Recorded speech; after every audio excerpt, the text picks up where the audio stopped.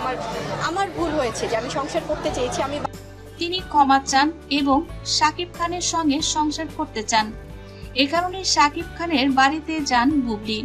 শাকিব খানের বাড়িতে বীরকে নিয়ে যান এবং শাকিব খানের মাকে বলেন, আপনাদের বংশধর, আপনাদের নাতি, আপনারা কি করে পারেন এই সন্তানটির মুখের দিকে তাকিয়েও কি আমার আর শাকিবের সংসারটা আপনি ঠিক মতো জোড়া লাগাতে পারছেন না?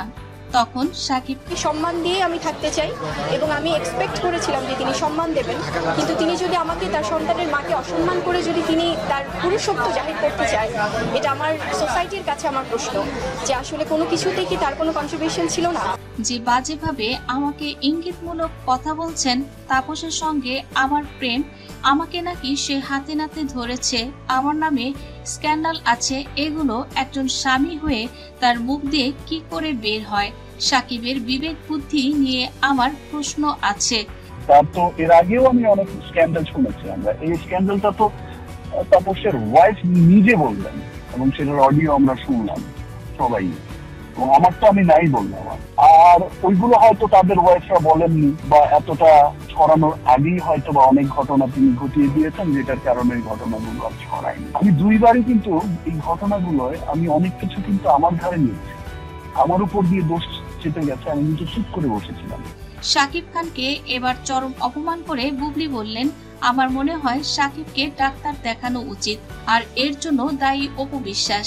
শাকিবকে সে হিপনোটাইজ করেছে।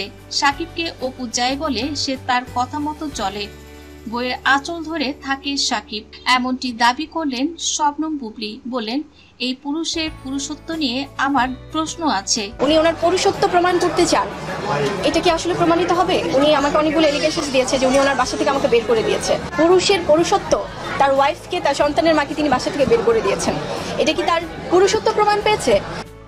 শাকিবকে এ ধরনের বাজে মন্তব্য করে বলেন, আমি আর চাই না তার সঙ্গে কোনো সংসার করতে। সে এখন আমার নাম ব্যবহার করে ভাইরাল হতে চায়। আমি তো চুপচাপই থাকি, তার কি দরকার আমাকে নিয়ে এটা সেটা বলার? আমি নষ্ট করেছি বা আমার পরিবারকে অসম্মানিত হয়েছে আমার কারণে, আমার ফ্যান্সরা অসম্মানিত হয়েছে, আমার যে কোটি মানুষ, দেশ বিদেশের মানুষগুলো অসম্মানিত হয়েছে আমার কারণে বা আমার মূর্খতার কারণে, ভুলের কারণে। এবার আমি তো তাদের কারণে বলে বুঝাইতে পারি না যে এখানে আমার দেশ কতটুকু বা কি, এটা তো আর কিভাবে বোঝাবো? খালি চোখে তো দেখা যাচ্ছিল যে আমি সবচেয়ে বড় ক্রিমিনাল।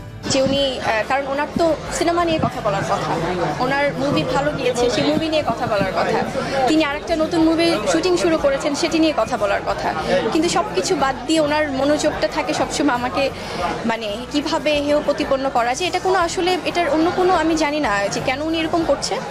সো যেহেতু এটা বারবার এরকম হচ্ছে, সো আমার মনে হয় যে এই জায়গাটা থেকে আমার ডেফিনেটলি আপনারা যেটা বললেন যে এটার তো আসলে একটা সমাধান হওয়া উচিত। এদিকে অপু বিশ্বাস বুবলিকে ধুয়ে দিয়েছেন।